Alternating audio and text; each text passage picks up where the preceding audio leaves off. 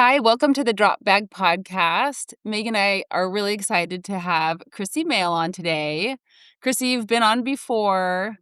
Today we're going to talk about the series that you've been working really hard on with lots of different groups and people about the aging athlete. But before we get into all that, we just kind of want to catch up for a minute and see how you're doing. I've been following along Instagram and you've been out camping and hiking and biking. I wrote a So, messenger. yeah, fill us in on how things are going. Well, that's super sweet. I feel like that seems like there's so many places that could go because there's the Instagram life and then there's also life reality. And there's been a lot of life reality that doesn't quite make it, that I just don't put on Instagram. But I'm not shy or whatever to talk about it. But aging is a big prominent thing in my life right now. My mom has been in the hospital quite a bit, and we're dealing with health issues and I've got little girls in my life that are trying to do the in between bit. So I got aging happening all around me, including my own perimenopausal body. All stages. Yeah, it's all represented right now. Yeah. But just, yeah, trying to keep adventure as a big part and grounding part through all the changes that life throws at us. Okay, well, I have a question for you right off the bat because I'm currently there's a race I want to do in October Yeah. that would interfere with a lot of the other people in my life, the other age groups in my life. Yes. And there's kind of this easier route. There's like a 10-mile road race I could just whip out in the morning and be done with rather than it's a last man standing one that I want to do in October, which Oh, could go on for such a very long time. is it the dots? That one? The This is here in Texas. Okay. It's, like, at a state park pretty close by. But how maybe, I don't know, if you wanna share, like, how are you making some of those decisions on how and where to spend your time just with all of this life going on around you? Fair. It's tricky, right? And sometimes it feels like I'm not even able to, it's not even choice necessarily. It's kind of hopeful. Like we put stuff out there on the calendar, and if it works out, then you get to go. My partner is running his first 50K at this event we're going to this weekend. And I've been helping him train, but then I'm like, he's packing, he's getting all his food planned. I'm like, I haven't done any of that for myself. So I I am leaning on some old, muscle memory, if you will, to show up at the event. We're doing the Race the Rocks 50K. It's a first time event in Almo, Idaho this Saturday. And I bring it up because 2 weeks ago, I didn't know if it was possible, and he was still doing his training runs while I was sitting in the hospital.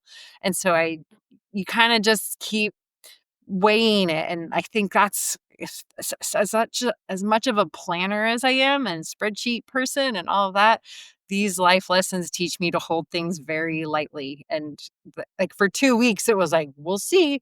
Like, we'd make plans, "We'll see," and we had to just pivot constantly, and yeah, that holding lightly is, I think, hard, and especially when I don't know, I've spent decades being driven by goals that were set at months and years in advance, and just being at a place in my life where maybe I don't get to stick as hard to them as I used to.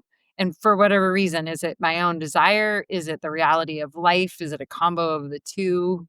I constantly kind of, when I have like long drives like I will this weekend, I give that headspace to figure out like, why? Why am I, like I'll show up at a wedding where before I'd missed out on friends' weddings because I had a 50K championship that I just deemed more important or something like that. Like, it's interesting to reflect on that at this point in life when other things are pulling and you're making different decisions.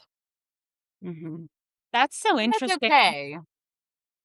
Yeah, Go that's ahead, so Reed. interesting because I'm picturing myself as a younger athlete, so let's say in, like, my 20s or something, and having an event on this schedule that I trained so hard for and spent so much time and energy in. That was the most important thing to me, like, that was, like, you revolved that was the thing, and then your life revolved around that thing, and you changed other things so that you could make that happen.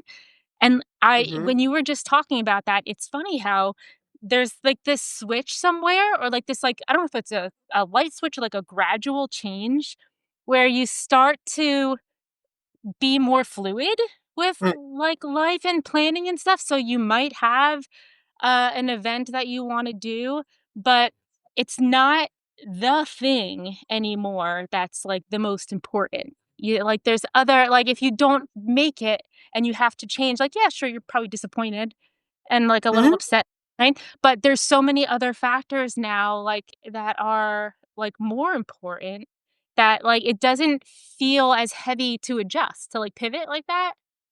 You know, do you feel Maybe. that way? Yeah, That you or having gone through disappointment of not getting to do it multiple times, you change Mhm. how much Mm, put on it. The other Yeah. thing I'm really noticing is how much energy I have for all the things. I feel like I could go run 100 miles and be at 5 other events, and, like, I was the Montreux girl. I would show shoes, then put them away, and then go run 100 miles and come back and show shoes.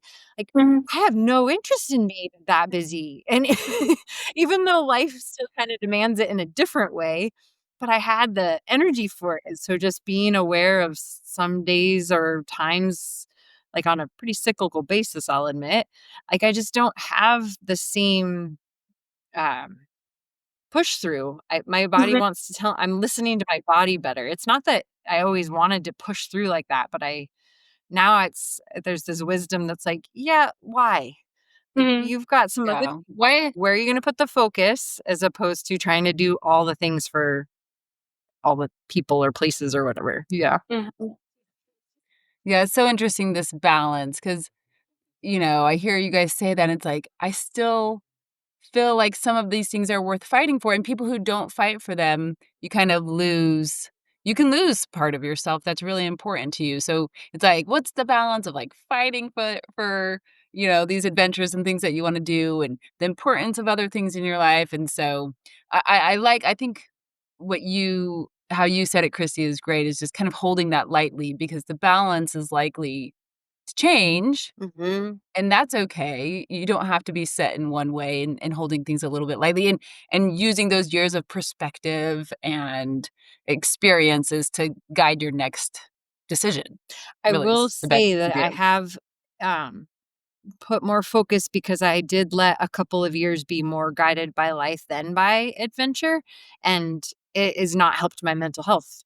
And so Mhm. when I say where am I putting my energy and my prioritization, my mental health is a big one, and Mhm. it was an aha of how many hours I used to get to spend running in the woods.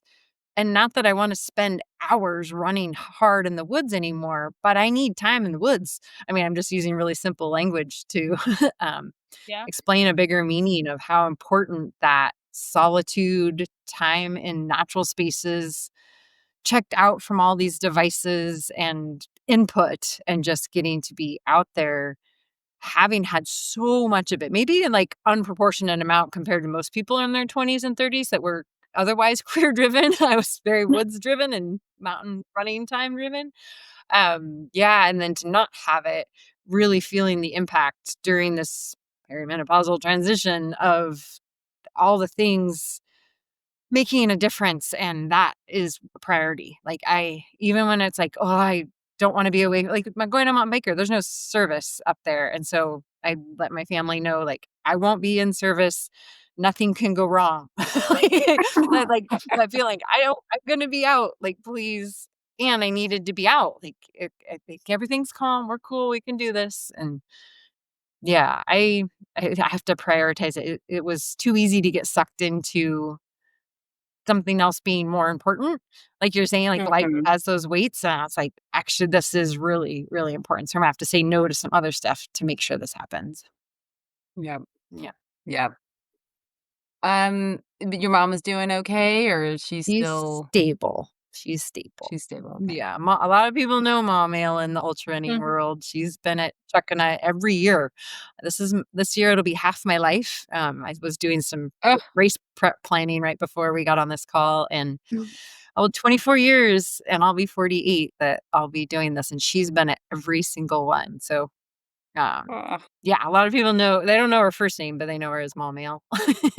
Well, Oh, well, that's well, we wish her awesome the that, best. you know yes, Thank and you. she holds such a special place for you in the running community and for that race as well, so, Okay, well, we're all dying to talk the aging athlete, but again, before we do, does anybody have we always do our drop bag item, any piece of gear maybe that you've been using this past week or you guys are Oh, prepping, maybe, even your partner is prepping for his yeah. first 50K? Is there something that has, like, surfaced that y'all have found that you like?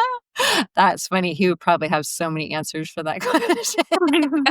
He's been thinking through his gear so much. It's where we're very different. I'm like, "Ah, it's fine." He's like, "Well, I have this many of this and this many and this, and these are gonna go here, these are gonna go there," and it's how I guess anyway, I think it's adorable.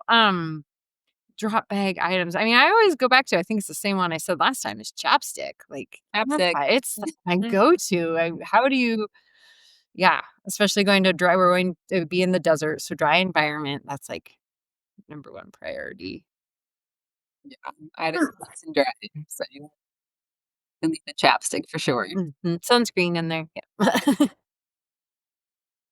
for sure. I think from this since the last podcast, we've been talking about a lot of gear and a lot of shoes. Mhm. Those were our previous 2 episodes all on gear reviews. Oh, fun. So I don't know if you have anything new, Megan.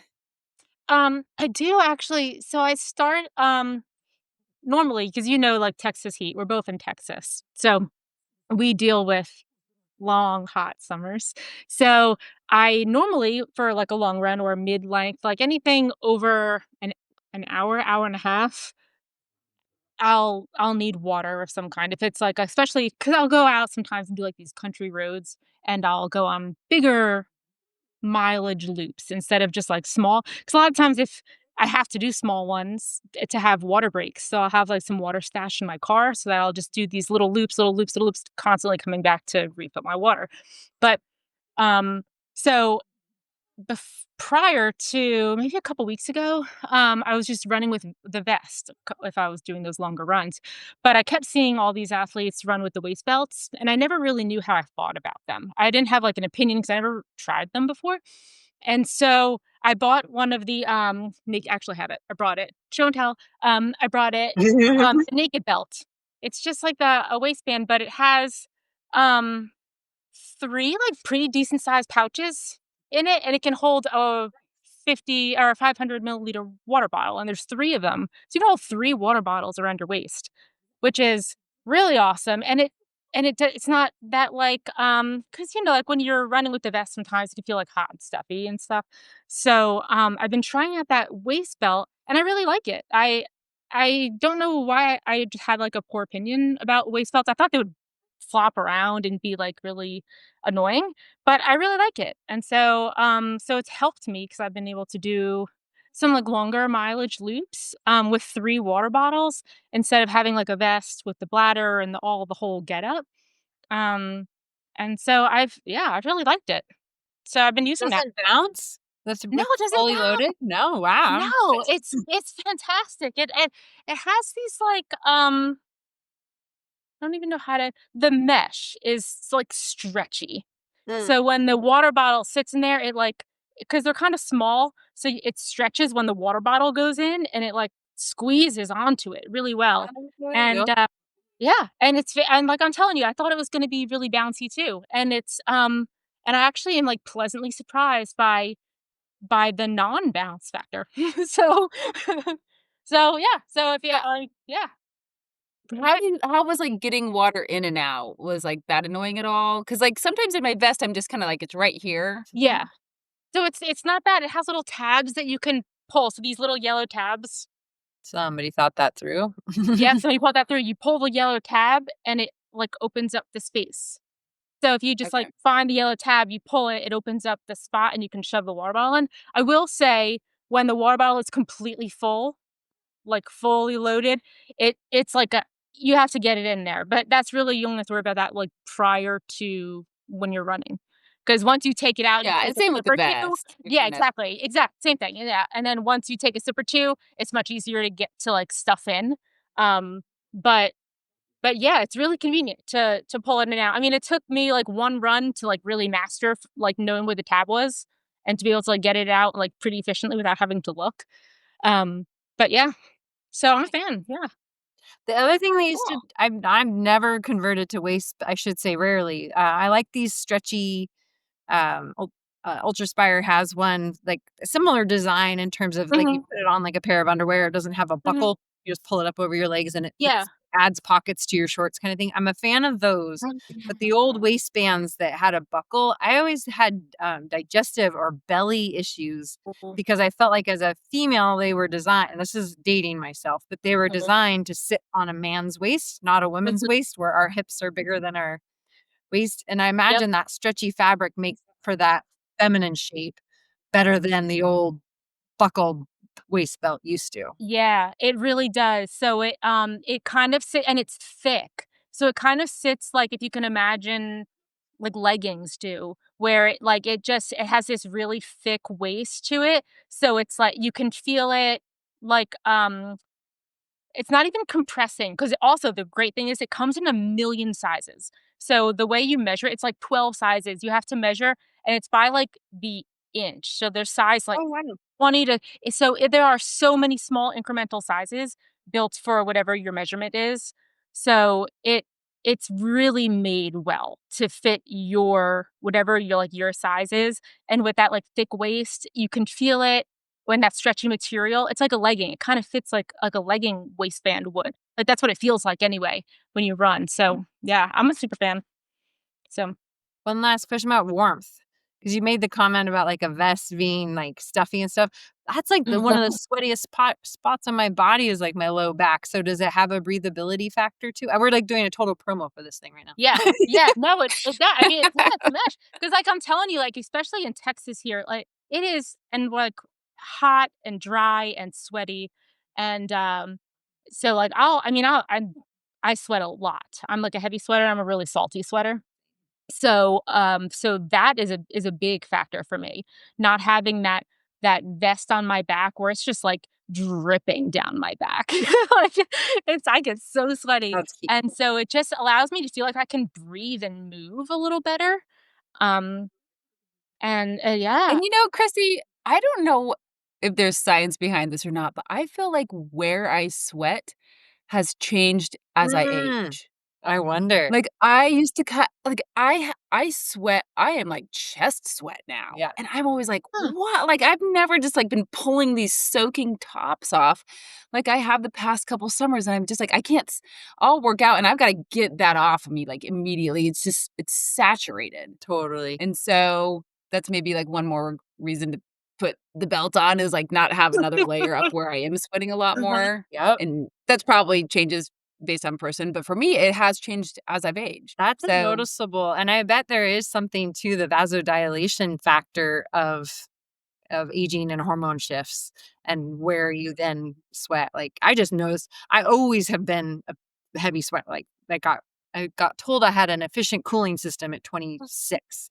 So that was like, oh, a deal. But I would say, like, the other one, hate to it's not always fun, but like this I stink worse too. There's like times when it's way Mm. where I don't used to stink so bad. Like, where does this come from? And I'm like, well, it's hormones. It makes sense. But yeah, like quantity, placement, and smell factor have all changed. Hopefully, they'll continue I to change.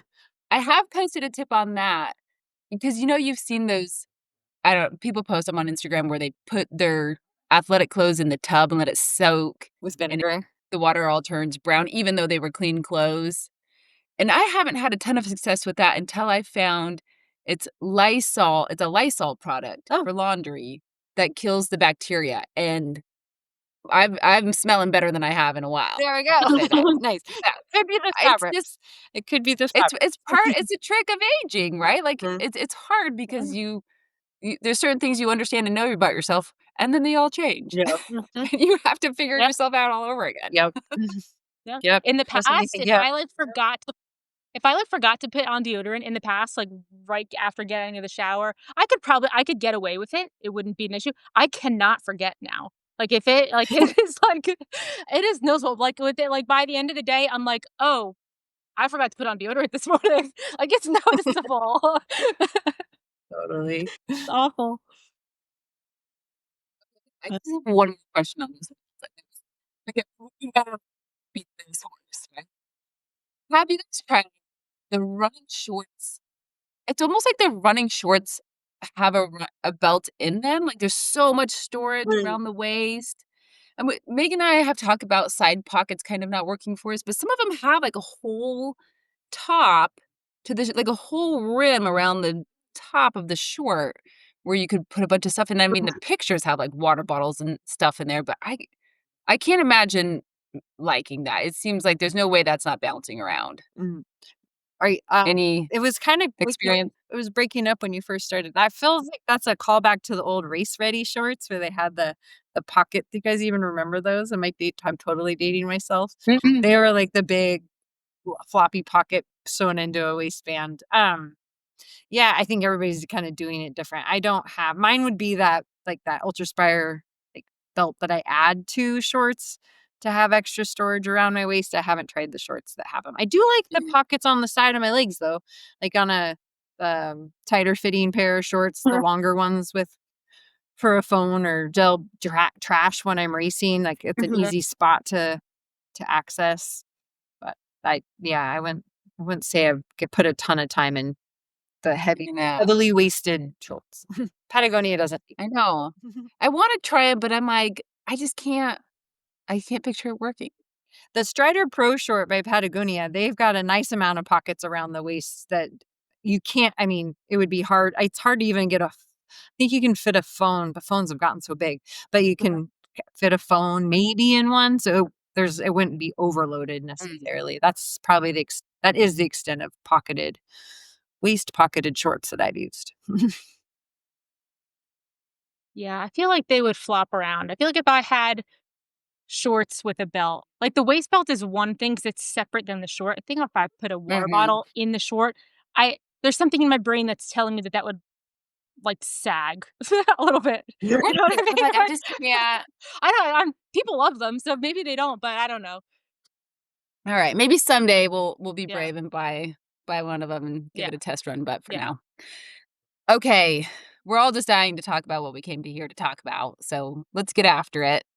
Krissy, can you tell us a little bit about just kind of this, I don't know, I wanna call it like an initiative, like the aging athlete, just Mhm. the information that you've been working on providing, the maybe some of the different spaces where you are sharing that out, um, and kind of what your perspective is on the topic Mm. that you've been working on. I think the big one for me, and thankfully I'm not definitely of the time, my Gen X generation, we're a bunch of talkers and we're bringing light to things that maybe were culturally poo pooed or like kept under wraps or didn't communicate. And I have friends that are not 10 years older than me that didn't have as many resources and education on what the body goes through at this phase of life.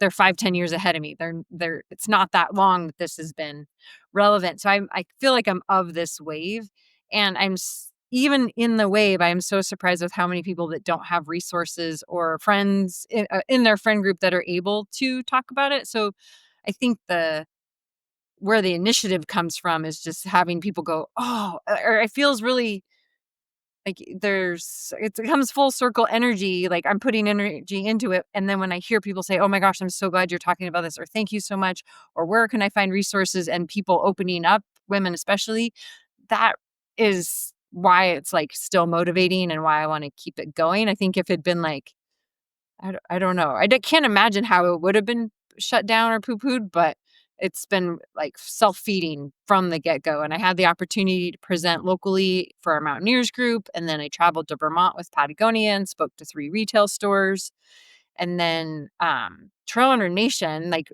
kind of paralleling all of the traveling around and talking, helped me launch on their platform this Aging Athlete series, and we've had 4 episodes launch. We have a 5th one that's already recorded, and we're recording another. So the first 4 was like an introduction, like, what the heck are we talking about? Why is this important? And then we interviewed Scott Drum, an exercise physiologist from NAU that, spoke to, like, what's happening in our bodies, and I tend to drift the conversation towards the female body for obvious reasons, and I love Scott and Dawn on there as well because they both show curiosity and keep it balanced, and so we can open the conversation broader, And then, after Scott, I was able to get my, like, A-list I don't fangirl that often, but I was totally fangirling on Mm. Kelly Casperson. She's a doctor here in Bellingham that's made herself internationally known for her work on women's hormone health, and especially in the menopause phase, and she, as a urologist, was like, "Wait, I treat erections all day long. Where's the help for women's sexual life in there at all?" And then as she, like, talked about that, she got the pushback from, "Well, what about women in the menopause era or menopause transition or stage of their life, really? It's not a transition. Like, once you're there, like, that's for some of us, it'll be half of our lives. Like, let's enjoy it. Let's get it's not just a withering away to the end of our lives phase anymore, or at least we're not seeing it that way." And then, she also hosts a podcast called, We Are Not Broken, or You Are Not Broken, sorry, You Are Not Broken.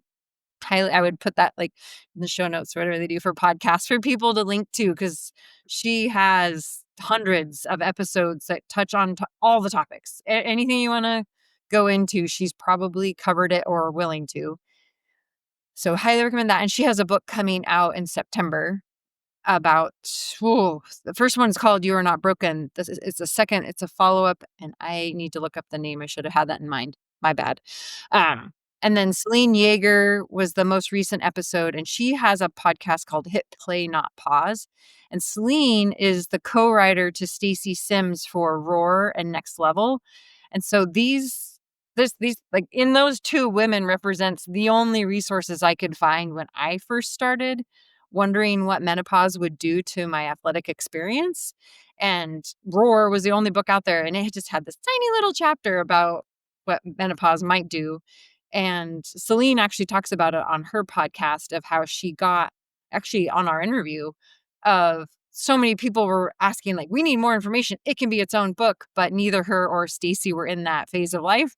But sure enough, as soon as they got there, they're like, "You're right, we need this book." Mm. So Next Level, it's that follow-up and super helpful resource, talks through anywhere from adaptogens to strength training to, um, fueling, sleep patterns, all, like, really important pieces that I'm so thankful there's being more research done for the athletic female body. It's a body that I feel like we know ourselves better because of the athletics we push and pursue. So if I'm told, like, a good example I heard the other day was, like, iron levels. Like, a standard, like, low end is 11. If you're below that, then the doctors start to get concerned. But why would 13 be okay for an athlete? Like, why would you function on the low end of Mm.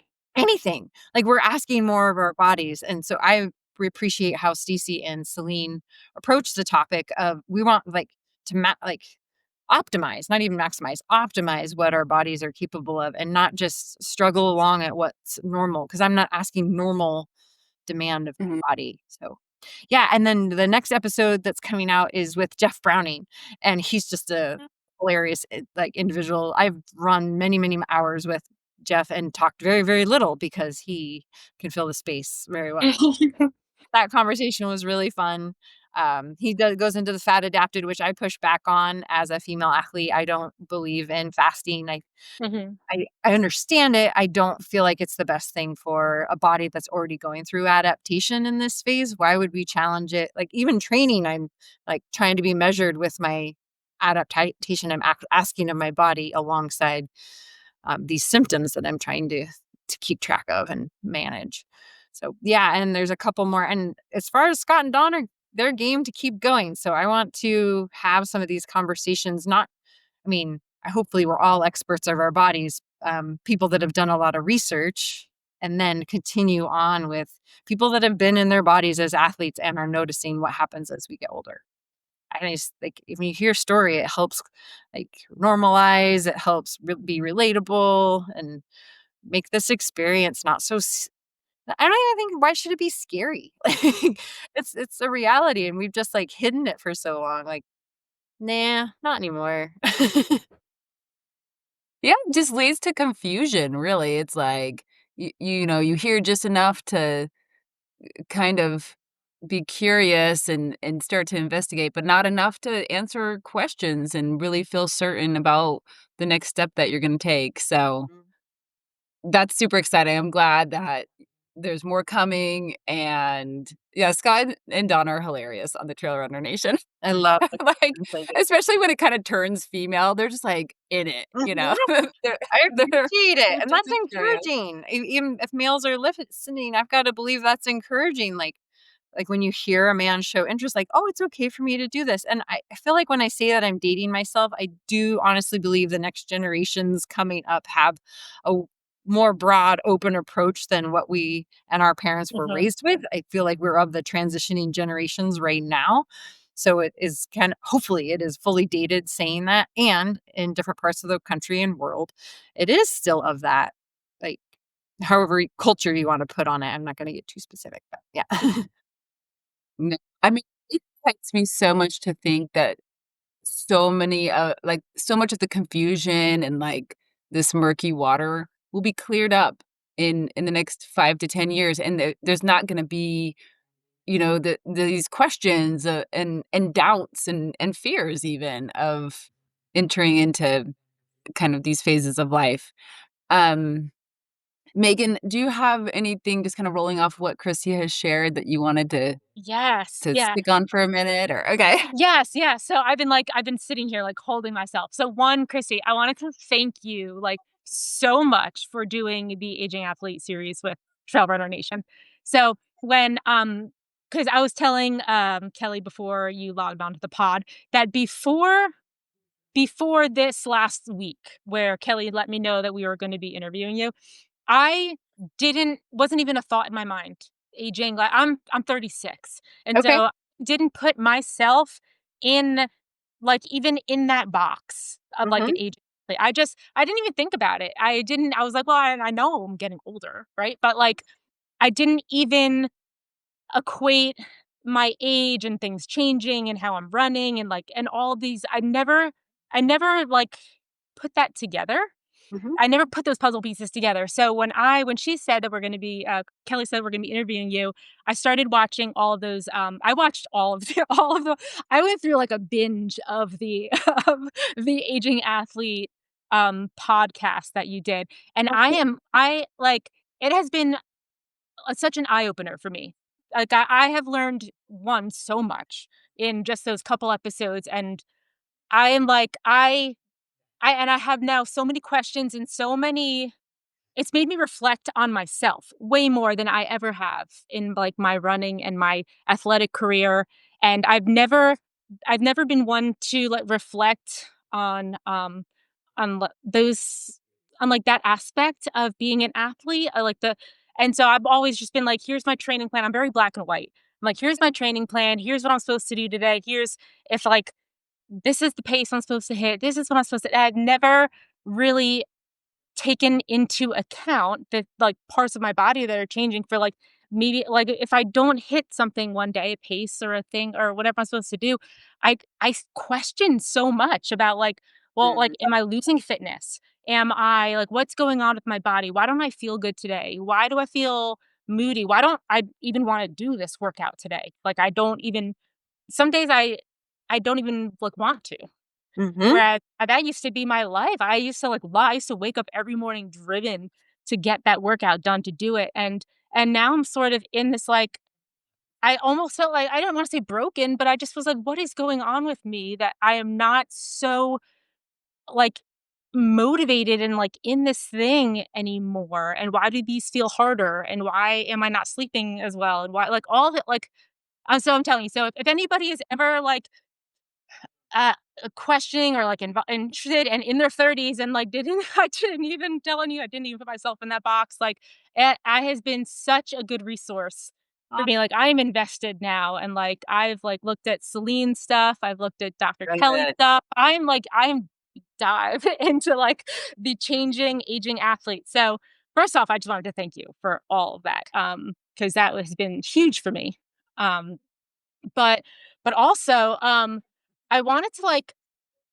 ask you a question. So because I just know, like, going off of me and how I'm feeling now, like, when was it that you first sort of started to realize that things were, like, changing in your running career or how motivated you were? Or, like, when did you notice sort of that, like, gradual change? Yeah, I think what you just brought up, I was like, my response feeling for you was like, you're right where you're supposed to be. Like Yeah. with the education we had and what we knew at the time, like we were just pushing through and doing all the things and not aware of how our cycle on a daily, monthly basis was factoring in for our training. We've trained on a 24-hour like recovery cycle, which Mhm, is testosterone cycle.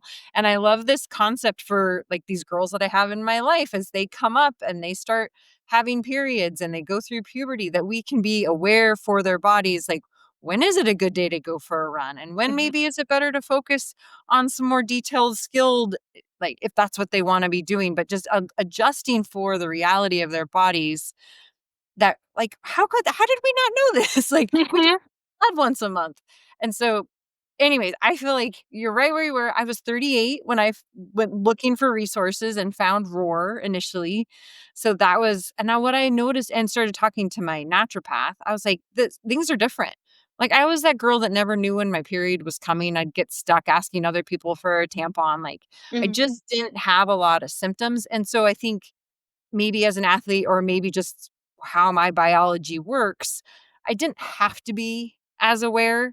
Like nobody told mhm, me to be aware, but I knew there was girls in my class that like when like in grade school that wouldn't come to school on the days they were bleeding because they were in so much pain. And I never empathized or understood that. I was like, ah, it's just this thing that you have to deal with.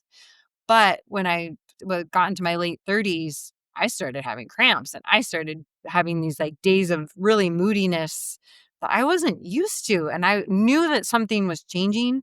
And I was talking to my naturopath about it. And she's like, "Oh, you're not old enough." Like, and science told her that we were old enough. Now science is saying, yeah, actually, those changes, like if you've been one way and you're noticing differences, that's your system adjusting and changing. It's not wrong, right, or otherwise, but it is a part of the process. And they mhm, say this can go on for 7 to 15 years is this like massive time window. And I imagine that that is like how aware of it you are. And I mhm, feel like as an athlete, if we're doing things well, we're tuning into our bodies and we're learning how to maximize what our bodies are capable of. And that therefore also knowing on the days that they're not able mhm, to do what we know they're capable of, and then, like, where do you push and where do you rest to make sure you can keep going, kind of? mhm, So, yeah, to answer your question, late 30s kinda sounds like right where you're at, and then just paying attention, and that's when I learned about cycle tracking, like, noticing how things felt on different days of the month, and then applying that to, not only emotions, but then how I try and train too, so I've had that for mhm. 10 years. Okay. And Chrissy, that's so funny. I'm just like you a couple years behind you. 'Cause Thanks. same, like, I was always like, I couldn't tell you when you'd go to the doctor and they'd be like, "When was your last cycle?" I'd be like, "Pick a number." Yeah. No clue. No, didn't track it, didn't care, wasn't worried about it. And also, I mean, still, recently, I was told when I brought up some of the symptoms I've been noticing in perimenopause, I was told to get over it, essentially. Like, well, that's you're getting older, maybe you just need to come to terms with that. Find another doctor. And it and so, kind of like Megan was pointing out, it has been just a real blessing to hear from doctors and people who are in the field who are doing real research and providing real resources and understanding, and when Dr. Kelly so I have been experiencing symptoms for quite a while, and in the past year, been, reading and researching, and I've just gone up and down of, like, being told to get over it, Mm, like, this is just how I am now, mm. and feeling like, "Oh, well, there's these products that could help me, Oh, you know, should I try that?" And then I was concerned about the expenses related, like, "Oh, I don't wanna pay a ton of money, like, maybe I just need to deal with this on my own," and just kinda trying to understand my symptoms, and when I heard Dr. Kelly get on and say, "If you are between the ages of 35 and 45, Mhm. you're in perimenopause." I was just like, Validating. "Thank you. Yeah. Thank you." Yeah. Like, I don't and some of these things are difficult to understand because they fluctuate, Mhm. so it's hard to, like, nail everything down, but just for somebody to give me some confidence and say, like, "You're not broken," That's right? Which right. is what she tells us. I also thought I believe she pointed it out that there is this marketing piece. You said the products or the things that I could try. Like there's like unfortunate products that are trying to take advantage of.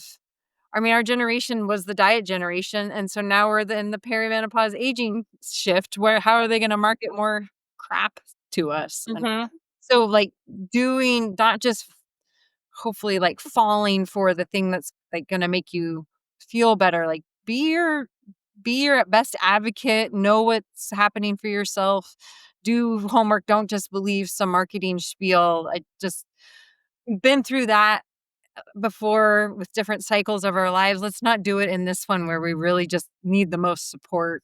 And not to say we didn't before, but I'm just where we are now. We need the most support to get through this and talking about it, making it realistic, sharing what works for me. What works for me might not work for you. Like some people, like the creatine thing, I notice a difference in how my brain feels. Like I'm not as foggy. And then it's like my whole life is changing a lot in terms of where I'm living and everything. So sometimes I'm out of habit and I'm like, why am I so funky today? I was like, well, it's been 2 weeks since you've done any of your, you know, so that's like creating, like, I guess that's my way of science, like my science of checking in on, does it actually work?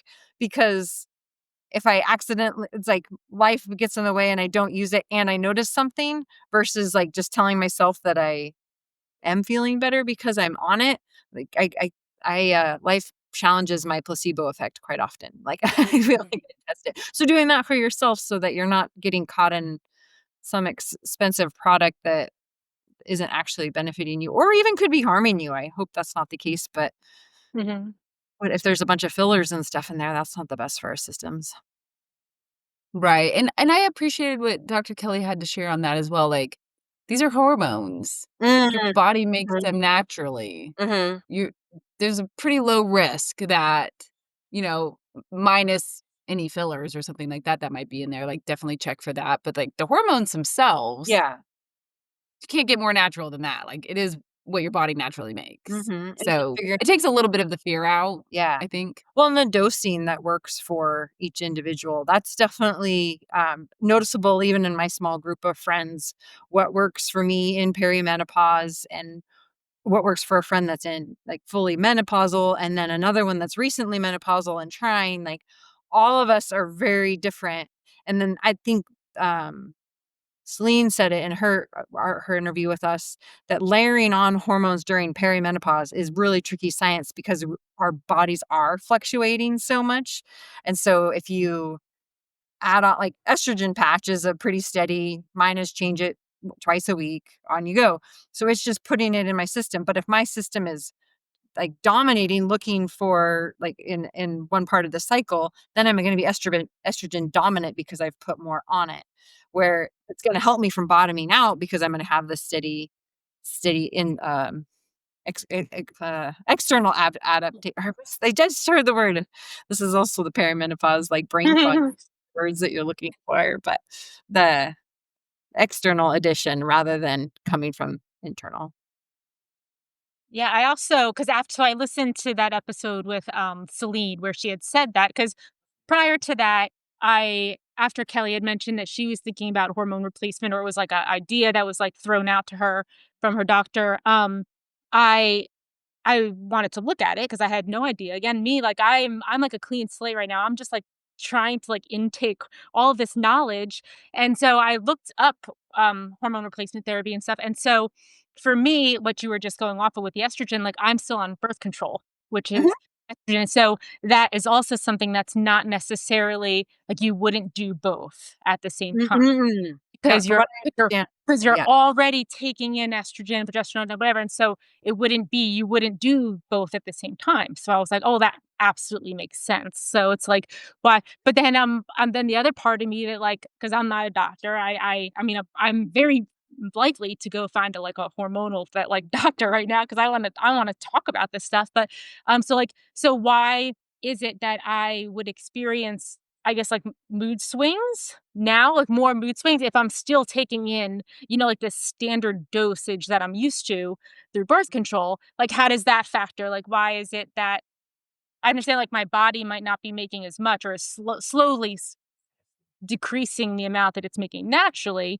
So is, like, that the reason why maybe I'm experiencing a little bit more of, like, a mood disparity than I would even though I'm still taking the birth control? So it's like that's, another, like, I don't know if you know the answer to that, having talked to Celine or anything like that, but I'm reading a menopause book right now, and it was just talking about that. And it's not our estrogen, progesterone don't slowly decrease. Testosterone does, and women have testosterone as well, but in a much lower dose than men.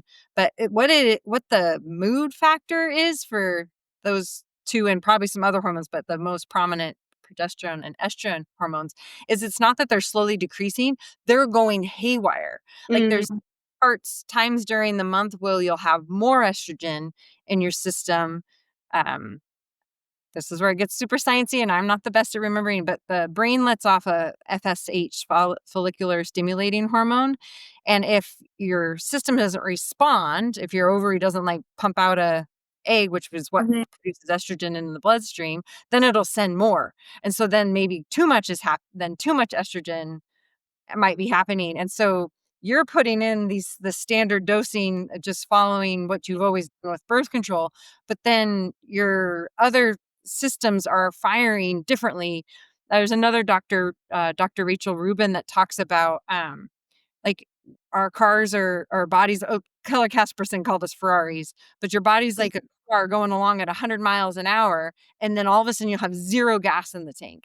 So it's not this like gradual decrease. Like testosterone would be like a natural uh, yes. car losing gas, but we're going from 100, like full tank, to zero, and then maybe back up, or maybe partway up, or bottoming out a little bit, and then spiking 3 months from now. And so it's that your receptors, it's not the hormones that are causing the symptoms, it's the receptors in your body going, what the heck? Like, what's this? Where's my steady state? And we're not in a steady state right now. And so how do we work with that? And so you're in a great spot because, like, it's happening and it's not as dramatic yet. Mhm, So maybe there's this hope for, like, as you get into it, you're like, "Oh, that's what it is." I just remember being like, "Man, I understand what it is. Why won't it go away?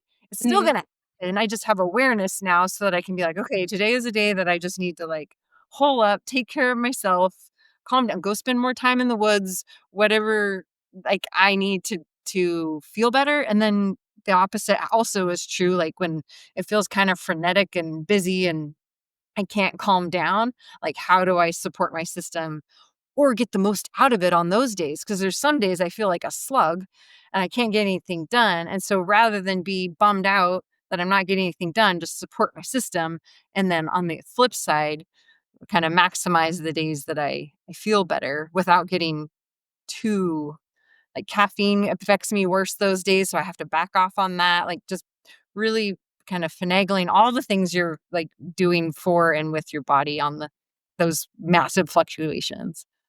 yeah. It's interesting you just mentioned caffeine too, because we've talked about it in the past too. Caffeine affects me now way more than I used to be able to drink endless amounts, endless, and be able to sleep like a baby at night. I have to do like a when I make my coffee now, I have to do half decaf and half caffeine because it affects me so much. If even having just a cup, I already am starting to see the difficulties in sleeping. I wake up constantly at night, and sometimes I'll be up for hours. And so I've been taking some of the magnesium, some of the stuff that helps, and it does help, but I still get it. Yeah, it still happens, and so the caffeine, it's funny you just said that because I didn't even until just now, I didn't even register how that could be affecting how, like, my where I'm coming into in my life stages, how that could be a factor too. I didn't Yeah, even think. Mhm. Yeah, yeah. How you metabolize it, how it processes in your body will change and be will different. Just like change. Kelly said, Yeah. think we figure it all out, and then it changes, I gotta uh figure it all out again. That's so interesting. Yeah. Yeah, no. Yeah, I mean, And I've noticed, so I've been on HRT, I think this is my 3rd week. I mean, Oh, it took me great. a very long time to get on board. And And some like of it, Megan, too, is like, what age are you at? well, how old am I? Mhm. I'm turning 44 next week. Okay, 44. And then what dosing are you on? Are you okay talking about that? I'd have to go grab it. Yeah. This is like I'm, like, treating HRT like I did my period. I'm like, I Yeah. the doctor gave me stuff, You know and your it's feeling good. progesterone and estrogen, or are you starting with just progesterone? I have the patch and the mini pill. Okay, cool. I'm guessing you're probably Will you having both at the same time. Yes, and I know one is 0.02 Estrogen patch. some things. The Did you get your So levels tested prior? Was that did you so do that? I had recently had blood work done. I'll just share my journey, because I'm on week 3. A lot of the reason why I had held off was, 1, I didn't understand it. Like, I felt like I kept hearing so many different things from so many different people. I don't feel like my symptoms, now on the other side of it, I would say something different, but at the time, I felt like I had pretty mild symptoms, mm, and, like, they were livable. You Mhm. know, it was like, "Well, I'm tired. Yeah, you know, uh, like, I'm running differently." Like, my running felt different. And I would try to kind of medicate that with caffeine, like, just doing, over the off the shelf things, like, mostly with caffeine. Um, and it just seemed like kind of this mess that I didn't wanna have to figure out. I wound up going with MIDI Health. They take my insurance. amazing. Which I was like, that relieves the burden of any financial Mhm, thing, or at least helps to some extent, mhm, right? And I have, a friend who she just started as well. She wound up, like, finding these coupons and making it really affordable, mhm, because I have a couple neighbors who do, the I it's like a suppository, like a mhm, pill up mhm. the bum, and I think they pay around $400 a month for it, and I was like, "Well, like, that's a that's a new pair of running shoes." Like, I'd rather spend the money somewhere else, but MIDI Health accepts my insurance. I have paid nothing. That's So thank you, amazing to insurance. hear. Apparently, I have really amazing insurance. Like, none of this has cost me anything, and the MIDI Health, appointment is online. I don't even have to get out of my pajamas. Mhm, Oh, thank you. mhm, I appreciate all of these things. I mean, those were limiting factors for me that have been removed, and so maybe they're not removed for everybody, but check into it. mhm. Like, you might be holding yourself back on things that aren't really even problems. And then also feeling like I had pretty manageable symptoms held me back as well. I was like, I did feel like I could deal with myself, deal with my life, and, you know, get being told just to deal with it Ugh, Mhm. didn't help. no. And now, guys, I am 3 weeks in. I I can't even tell you how good I feel. I didn't even know I could feel this good. Oh, that's It's been awesome. so long since I have felt this good. Right on. And just, like, the biggest thing for me has just been energy. I'm like, I was just I would sleep all night. I felt like I was sleeping fine. I'd sleep all night, and I'd wake up in the morning and just be like, "Oh my gosh, like, I can't even get out of bed." I had to, like, roll like, somehow Mhm. convince myself to get out of bed. I was just constantly exhausted, and that that flipped like a switch. Hmm. So, It's that's pretty incredible. well, then the statement that Kelly says was, like, the biggest reward for her is women saying they feel like themselves again. Like, "Oh, here I am." Mhm. And I feel like what you're saying is of that realm of, like, I just got used to this other version of myself, but it's not necessarily how I wanna feel or how I Mhm. felt before. I think that's one thing I caution against is, seeking out something that was before because we're changing and life's different now. Like, we're in a different body. It has more miles on it, has more experience, it has more strength. It has so it's not going to feel like it did in your 30s. And how do I feel as good as I want to in this body, like optimizing the body I have as opposed to the comparison game of, well, I used to be able to do this. Why can't I do it? Like, that's going to I feel like it's a waste of time because that's not how it necessarily works. So if we can pay attention to like symptoms that are really dragging us down, or like for me it was mostly like it portrays mostly for me in mental health of how I see the world. And like that's I'm not okay with my worldview being so compromised by this. So I feel like it's important for me to like figure out different avenues and not just sticking it to a doctor on the pills. Like I said, I got to get outside. I have to work with my doctor. I need to have conversation with like all the pieces, get good sleep, Mhm. just paying attention to what I'm putting in my body and how it makes me feel. We had a apple pie the other night. We had it 3 nights in a row with ice cream, and by the 3rd night, I was a mess. I was like, "Well, what am I doing to myself? I know better." Like, Mhm. and not only like, gut wise, but like I felt like emotionally wise. And I'm like, this, not that it's only the apple pie, but just like you have Mhm. to pay attention so that I'm not um expecting something that's just like, "Oh, I've got my patch, I'm okay."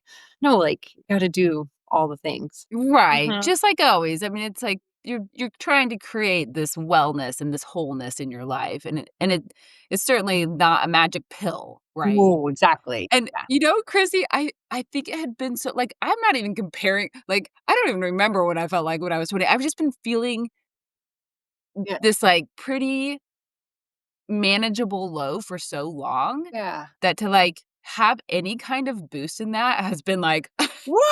"Oh my gosh," like, I didn't know I could feel like this, and it does make me feel like I'm 20 again because it's been so long Mm. since I even, Mhm. like, remember how any of that feels. Yeah. So, um, yeah, I just think I love the kind of, like, keeping things in moderation, keeping a perspective that you're sharing, Chrissy, and hope that we just don't not put in effort. Put the effort into yourself. Put the effort into like you're doing, Megan, is learning and listening to these podcasts and reading a book or 2 and reaching out and talking to your neighbors, and for me, that was a year-long process, Mm. and here I am, and I'm okay with that. It took me a couple extra minutes to get through some of the things I was afraid about or that was limiting my decision, and I got to the other side of it, so just I think just like our racing, right? Mhm. Keep putting one foot in front of the other, Yeah. and you'll get there. And working with the information that's available. Like, I pushed my doctor in my late 30s, and I didn't start progesterone until 42, and she started me at the little baby dose,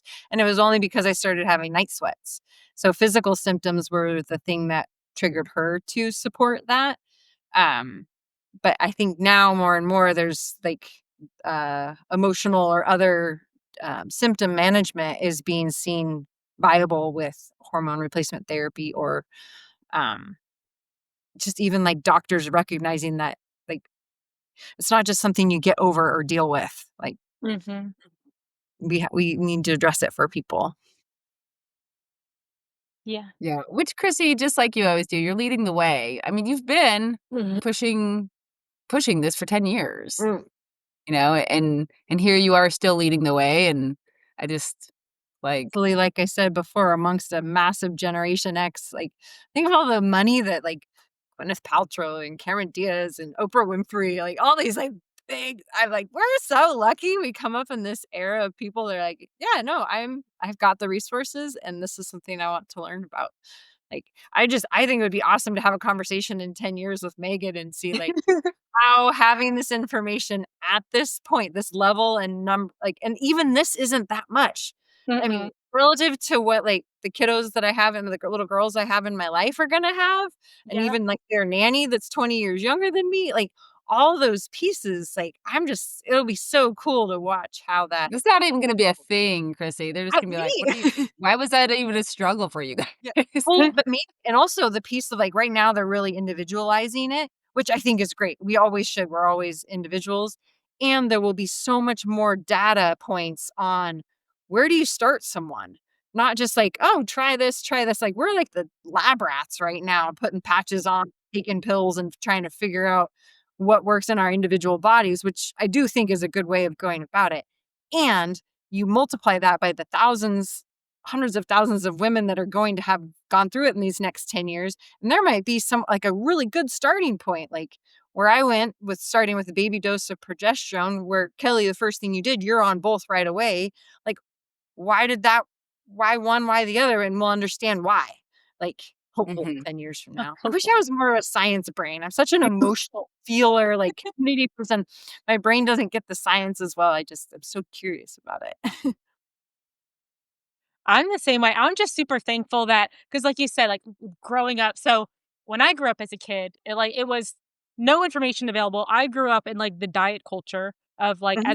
as a 12-year-old, I was very cognizant and conscious of my weight and what I Mm, looked like and how thin I was, and it was diet everywhere. It was like, and that's what I grew up in as a teenager, as a little kid. So that was like the focus, but there wasn't any. The information was like Atkins diet was like good and like all these like diets that like were really pushed as like being healthy and being really good for you. And that was the information that I received as a kid. And so my whole like first half of my life was about diet and being thin and being, and then it wasn't until I science progresses and everything progresses, and then like I got into this world of fitness where it was like I started out in like the CrossFit world. So I was super into weightlifting and like, and that changed my entire perspective on health and wellness and what it means to be healthy and fit. And so my I was building muscle, I was putting on weight, I was doing all these things, but there was like this age, I was at, like, in my early 20s, where all of a sudden the information changed from, like, thin to, like, being more fit, and and then so that completely changed the way I looked at like I said, like, aging and health and wellness, and then now I'm at this phase where it's like this new step is being, like, added into my world, where it's like now there's this whole other piece that I have to think about and I have to reframe my mind about, or it's and it's really cool now that there's, like, maybe it's just because I'm older and more experienced and wiser, and so I'm actually, like, searching out this information because I'm really interested in it, but, it's just so cool to have podcasts and knowledge and studies and, like, things that are becoming available that are, like, explaining this new piece of wellness, like, and aging that and it's just like so I like I've said, like, I'm so excited. I'm not excited to go through it, but I'm excited that I'm gonna maybe have more knowledge and be able to work through it better than I was able to, like, work through the other phases of my life where I didn't have that knowledge and where, like, different like, false information was thrown at you, the, like, like, that so that to me, that the fact that all this information is, like, coming out and is available, and like I said, we're gonna, like, link, all of your podcasts and stuff in the show notes, for other people too, 'cause, um but yeah, so I said, I'm super excited too to be able to learn because I've learned already, like, so much. So, how does it affect and change the process having information? Like, we don't know yet. yeah, Like, your experience going through it informed versus mine going through and finding one book that said, about roar and had this tiny little chapter. yeah, Like, how does that change the experience? I mean, obviously individually based, but in your conversation about being raised as a skinny kid, like skinny was good and all that, it really reminds me of Lauren Fleshman's book that came out a year or two ago, Good for a Girl. If Mhm. you have little kids in your life, especially ones that want to be active and athletic, I highly recommend what she says in there because it really brings light to the importance of letting girls' bodies do what they need to do through those changing years, especially puberty and early 20s. Like, being undernourished during that time is setting women up, like Kelly Casperson said, what we do at 40 sets us up for what we're at 60. Same thing through puberty into our 20s and 40s, and like ongoing, the bone density issues, the developmental brain development, all of that stuff is impacted by how we let our bodies go through what they need to go through and not be curtailed to fit into this box of thinness or I just get so frustrated about the messages that were told to me. And I feel like I'm thankful that I am a body type that fit into that. I'm a long, lanky mhm, runner, right? But my sister is not. She's more curvy and feminine, and that she had to like struggle through an era that told one looked bad, one's wrong and one's right. And again, I think there's a lot of benefit happening and generational, like we were talking about the guys on Troner Nation and the generations coming up that are way more open to talking about female stuff. I also think everybody's way more aware of our body types. And in the people, especially that are influencing young female athletes, need to understand that their bodies are going to change. They might not perform as well for 5 to 10 years. And that's not the time to try and make them run faster or have whatever better skills at whatever sport. That's the time to let their bodies do what they need to do, and that will be there for them. Check it back in with them in their 20s. They're going to freaking crush it if you let their bodies develop the way they want or Mhm. you actually would. I feel like I'm a big advocate for not allowing that happen to future generations. Yeah. I mean, that was you just described, like, me, like, so even through puberty, like, I stunted my growth, like, see so I think I had my period for a year and a half or 2 years before I got so thin that I lost it. That I Yeah. at Okay. 14 years old, I lost my period because I was, like, in this, like, thin diet culture, and I was an athlete. I was running track. I was, playing soccer. I was in cheerleading. I had all of these, like, very high intensity sports that I was doing, and I would just, like, was trying to fit into this thin bubble Mhm. and lost my period at 14. I would That's when I went on birth control. They put me on birth control then so that I To would get a period, so that I would, like, try to generate one because of my body fat and I was so low. And so, I've been on my birth control since I was 14 years old. So as something I would check back in with as you go through this transition, do you still Yeah. need to there's other forms of birth control you can be Yep, using.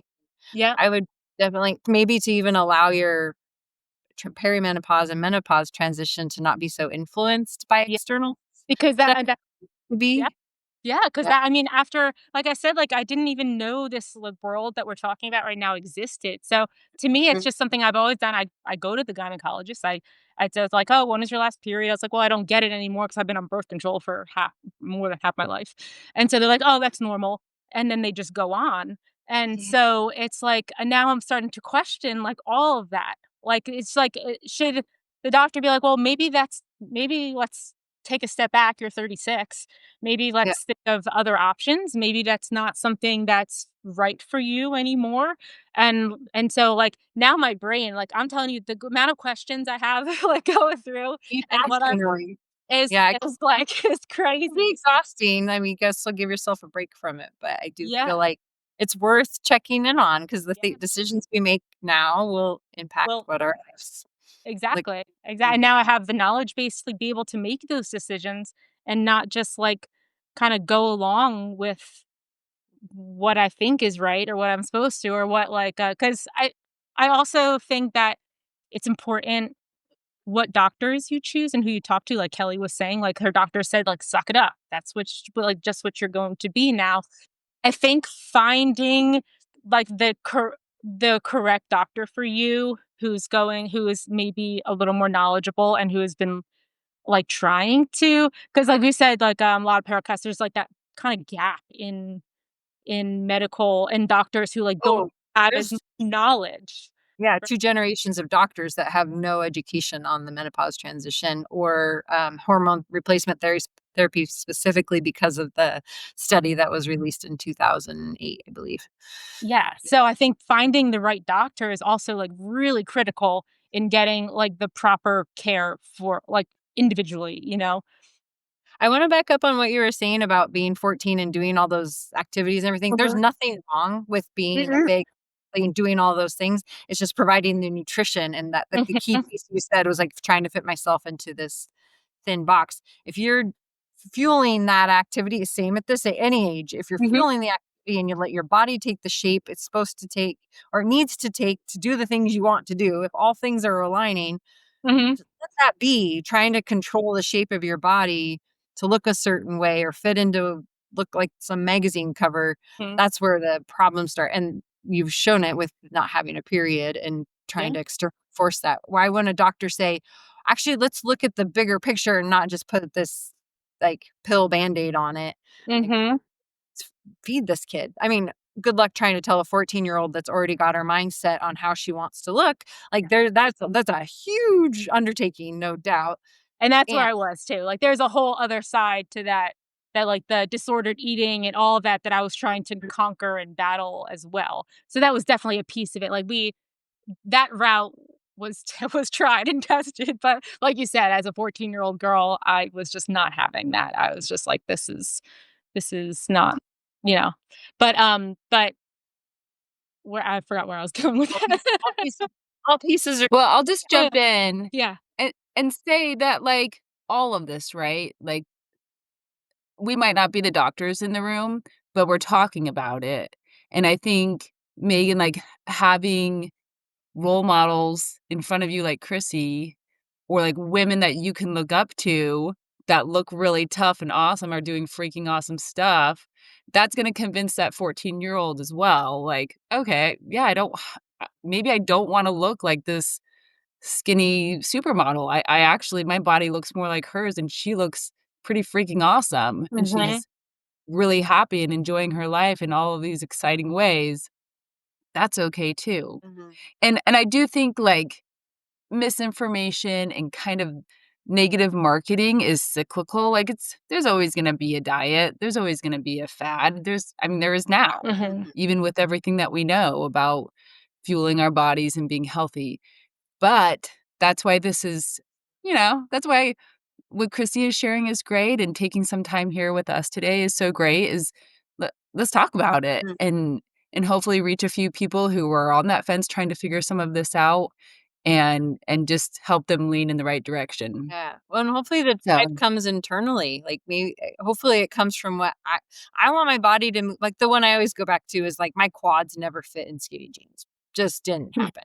And so Mhm. but I wanted to be able to run up mountains. So I found looser fitting pants. Like I want my body to run up mountains and that's what's driving me, not what the current fashion was at the time. Like Mhm. people, anyway, so yeah, just more intrinsically driven of where do you want to go? What do you want to do?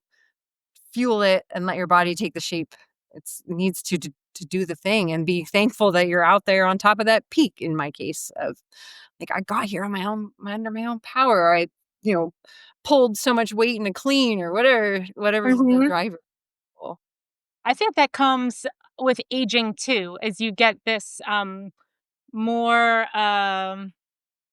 like, clear-minded, like, version, like you're building you know who you are, and you're trying and it's like when you're younger, right, like, you get more influenced by all those, like, outside factors, but then as you get older, you're like, "I no, I want to be able to be strong. I wanna climb up this mountain. I don't care if it makes my quads big." You know, I no longer care about those things because I just have this, like, different mindset.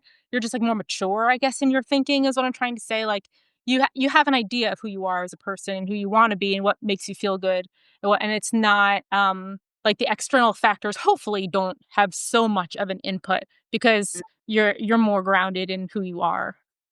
Yep. That's what they say, the estrogen, like, estrogen going away wipes out all that people pleasing, all they say it's the people hormone. So as it goes away, we stop caring about it as much. I didn't even know yeah, that, but that's really funny.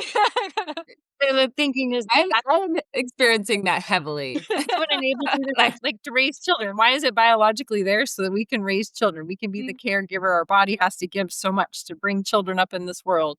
So as estrogen goes away, like, why? Why do we have to worry about this so much anymore? Yeah. I like that comparison. I thought it was funny. yeah. Okay, well, we've been chatting for a while, it's been really fun. Wanna respect everybody's time. Yes. So, I just wanna maybe to wrap it up, maybe if we can each just share, like, what's our either, like, a next step, what's a key takeaway, or what's something that has encouraged you in this journey of the aging athlete? Mhm. And we all represent oh, no, I mean, Kelly, you and I are pretty close. We're like 4 years apart. I was like, "Oh, that'd be cool if we each represented a different Mhm. generation." Or decade, I should say, not generation, decade. Do you wanna go first, Megan? Sure, yeah, I mean, well, 1, everything. Every piece of knowledge that has been dropped has been new for me, so it's been incredible, but, um, no, I think I guess my takeaway, I think, is that it's never too early to just start thinking about about 'cause everybody's aging, but you don't ever really think about it and how it's changing your path as an athlete or whatever it is that you're doing. And so I it's been nice to think about that, to actually give that idea space in my brain to, like, because now I'm just gonna be, like, in this, like, sorting through, like, filing away in my brain and trying to, like, comprehend, all of these ideas that have been, like, thrown, because, like, I've been watching the Trail Runner Nation podcast stuff, so I just have so many things, like, swarming in my head that, like, I think that it's never too early, I think, to just start, like, reflecting. I guess reflecting on how you feel, your mental space, your physical space, and even if it's not, like, going out and, like, seeing doctors and stuff like that, just taking note of how you're feeling and tracking it along because because everybody's gonna age and feel different things, and so it might just be, like, putting, like, those like, lining up all those little pieces, so that suddenly when you are experiencing something when you hit 40 and you all of a sudden you have kind of this, like, baseline of how you've been feeling and how and so that you can now, like, actually bring to the table, like, this journey of physical, mental states, all these things that maybe help you navigate later life, even if it's not as a female, like, just even males too, like, these later stages in your life, it might help you navigate it a little better. Um, Maybe to just have this, like, baseline for yourself. Oh. Mhm.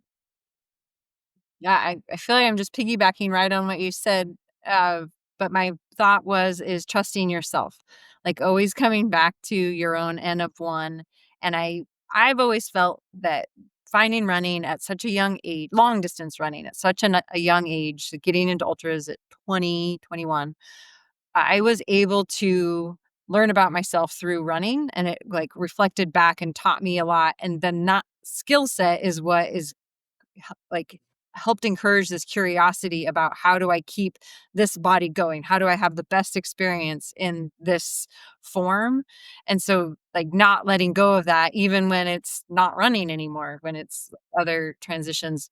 And so what you were saying about the data that I collected then or you're collecting now Mhm. has helped me be best prepared to like push this conversation to others so that it can be more of a thing. Like, as one of the few females that got into the sport 20 years, and look at there's a women's podcast only, right? Or like there's all these ultra runners that are sitting here now. So just keeping that, like, trusting that what and also what we said about the intrinsic input rather than the external. Like, Mhm. this is what we've got. Like, let's count on it and trust it and tune into it. And if that can come through a running experience or some other passion, to know who you are, like, make sure that's what's driving decisions. Mhm. So good. So good. I feel like, we've shared kind of different ways of looking at this, different things to check in with yourself about as you age and try to process just what you're experiencing. So I'm piggybacking too. The same thing that you guys shared. One, just like this is real, like don't be talked out of like having to deal with something that and ignore it. Mhm. Like, "Oh, deal with it, ignore all the things that you're feeling." No, this is real, it deserves some attention, and you deserve some attention, Mm. right? Everybody deserves to pay attention to what's going on and how they're feeling and how that's showing up in their athletic performance. Um, and something that I've always this is like the yogi in me, but be intentional, and that goes back to what you were saying, Megan, like, have a baseline. Mhm. Mm. And we're told that, and it takes some effort, and maybe it's, like, a little annoying to, like, track your cycle, but being intentional about what your body is doing is just good news for you. Mm. It's just another piece of understanding who you are and what your body is trying to tell you, by being intentional, like, write some stuff down about Mm. it, like, track it, like, uh, record it a little bit so you can understand yourself. So, Krissy, thanks so much Thank you. Yeah, for spending I some always time with us. chat for sure. And tracking, they make it really easy with apps now. I have an app that, like, you just have to put in day one. I actually do that for my running athletes too. Like, if you are a cycling female, You just have to mark day 1, and then I know where you are in your cycle as long as you keep marking day 1. And I'm doing my own calendar the same way, and so now I'm seeing, "Oh, I have a 13-day cycle. Oh, I have a 35-day cycle. Now I have a 12-day." Yep, things are changing. Yeah. Yeah, just having those And notes helps. that's my point. It's hard. It's not that Yeah, hard to exactly. try, you know, to, like, spend that 1 more second, you know, download the app and take that whole 1 minute out of your month, track it. Like, just do it. It's okay. You don't have to blow it off and ignore it and not take care of yourself. Take care of yourself. Be intentional about who you are and your performances and your goals and desires. It all goes together. 100%. All right. All right. Well, thanks, girls. Thank you.